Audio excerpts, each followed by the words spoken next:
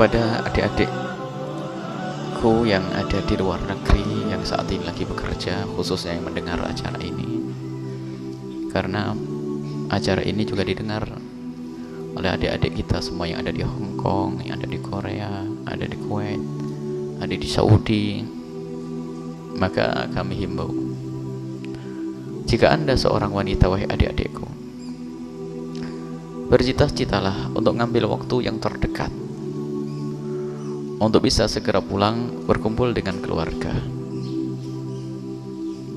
Dan Anda harus bersyukur kalau ternyata di saat Anda berada di luar negeri sekalipun Anda masih berhubungan komunikasi dengan dakwah yang semacam ini, seperti adik-adik kita yang ada di Hong Kong dan seterusnya. Bahkan kita dalam waktu dekat juga akan ke sana. Mereka juga rindu pengajian. Akan tapi ketahuilah, anak-anak di rumahmu lebih butuh kepada sentuhan tanganmu. Kehormatan dan kemuliaanmu pun harus kalian perhatikan. Jangan sampai mengejar dunia tapi terhinakan. Ini harus jadi bahan renungan setiap saat untuk adik-adikku yang ada di mana, di luar negeri sana, yang jauh dari orang tua. Kehormatanmu, kemuliaanmu, ketahuilah kebahagiaan yang sesungguhnya adalah di surga nanti. Dan insya Allah kalau kalian dengar ini semuanya, kalau kalian dengar karena Allah, Allah akan buka rezeki di negerimu, bersama keluargamu, bersama suamimu, bersama bapakmu, rezeki yang penuh keberkahan. Karena kalian pulang karena Allah Subhanahu wa ta'ala. Jangan jauh dari orang tua, jangan jauh dari suami, fitnah. Belum lagi, sadarkah kalian anak yang kalian tinggal? Ada sebuah informasi seorang ibu meninggalkan anaknya, dan memang ibu ini baik, sehingga anaknya di rumah hanya bersama dengan neneknya saja yang sudah sepuh, yang kadang dibentak oleh cucunya pun tidak bisa berbuat apa-apa. Sang cucu diberi terus uang dan uang dan uang. Semakin banyak kawan, dan kawannya tahu kalau dia banyak uangnya. Mulai berkenalan dengan dunia yang tidak baik, mabuk dan seterusnya. Hingga terjadilah suatu ketika percekcokan hingga berani membunuh orang lain. Ibunya ada di mana? Ibunya ada di tempat yang jauh. Bahkan ada seorang anak karena biasa dimanja oleh ibunya dengan pemberian kayak begitu dari luar negeri. Giliran bapaknya, giliran ibunya atau ibunya pulang, kan pengaturan ekonominya kan semakin, kalau dulu kan hanya diberi karena mungkin faktor kangen, faktor sayang, faktor rasa meninggalkan anak, jadi duit diberel-berel begitu saja. Tapi giliran ibunya pulang mulai diatur itu mesti mulai protes karena sang anak tidak punya akhlak, tidak punya pendidikan. Sehingga akhirnya apa? Keluarlah pisau, sehingga ditemukan di sebuah kampung, ibunya harus dijahit dengan 12 jahitan. Lihat, pendidikan itu penting wahai adik-adikku yang sekarang ada di luar negeri.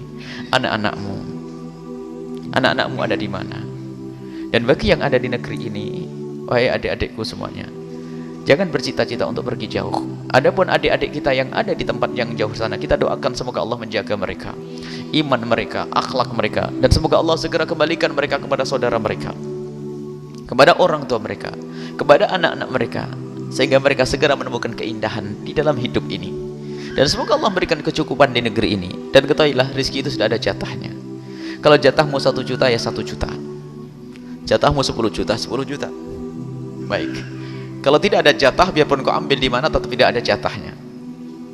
Orang menganggap jatahnya semakin banyak di negeri orang. Oh enggak, kalau jatahmu 1 juta, di negeri orang dapat 10 juta, jatahnya 1 juta. Tak-taunya bisa berangkat ke luar negeri dapat jatah 10 juta, naik. Oh enggak naik, tetap jatahmu 1 juta. Kenapa?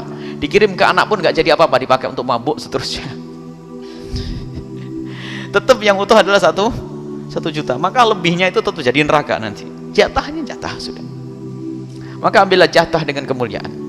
Bagi yang ada di negeri, di rumah, wahai adik-adikku semuanya, khusus adik putri, ketahuilah, jual es teh di pasar lebih mulia daripada harus jauh dari orang tua dan keluarga. Pergi ke sawah adalah mulia. Kenapa harus gengsi? Permasalahannya tadi itu, bangga-banggaan, pengen segera punya rumah, pengen segera punya mobil dan motor. Dia mengira bahwasanya kebahagiaan dengan motor. Alangkah banyaknya dan alangkah banyaknya dan alangkah banyaknya percekcokan keluarga setelah terjadi salah satunya pergi ke luar negeri. Akhirnya seperti itulah, perceraian, permusuhan, pertentangan. Dan yang ngadu kepada kami bukan 10-20 orang, kalau dihitung mungkin ratusan, bingung membuat jadwalnya nanti. Jadi apakah tidak belajar dari yang demikian itu?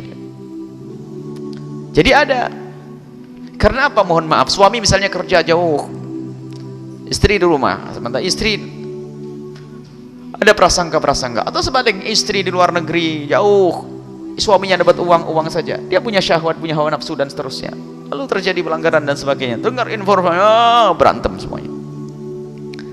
Kebersamaan harus kita utamakan, keindahan dalam hidup ini. Ini adalah nasihat umum. Akan tapi siapapun di antara adik-adik kita yang sudah terlanjur pergi ke luar negeri sana, ini ada di antara mereka yang dengar saat ini, dengar adik-adikku, dan mereka juga mendengar streaming langsung, melihat dengan di televisi, bercita-citalah niat untuk kembali segera untuk bisa melihat orang tua dengan modal apa adanya saja. Mulialah, bergabung dengan tempat mulia di negeri. Allah akan buka rezeki di rumah, dekat dengan orang tua. Yang di rumah nggak usah pergi ya. Ini nasihat lebih penting lagi daripada yang tadi ini. Karena apa? Ini sudah umum ya. Pergi, nggak mikir. Sebab keindahan itu adalah bertemunya hati, bukan dapatnya duit. Kadang banyak duit, banyak berantem. Ada. Kita pengennya ada duit tetap indah. Belajarlah dari kenyataan kiri kanan kita. Permasalahan adalah orang tidak mau belajar, tidak menggunakan akalnya, tidak digunakan untuk merenung. Lihat problem-problem tetap saja nyantai. Pengen cari duit, Allah.